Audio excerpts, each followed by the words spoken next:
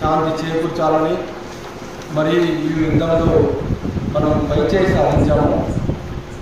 ఇప్పుడే వార్త కూడా వచ్చింది, అమెరికా వేరే దేశాల ఒత్తిడితో ఇప్పుడే యుద్ధం విరమించుకున్నట్టు ప్రకటించారు.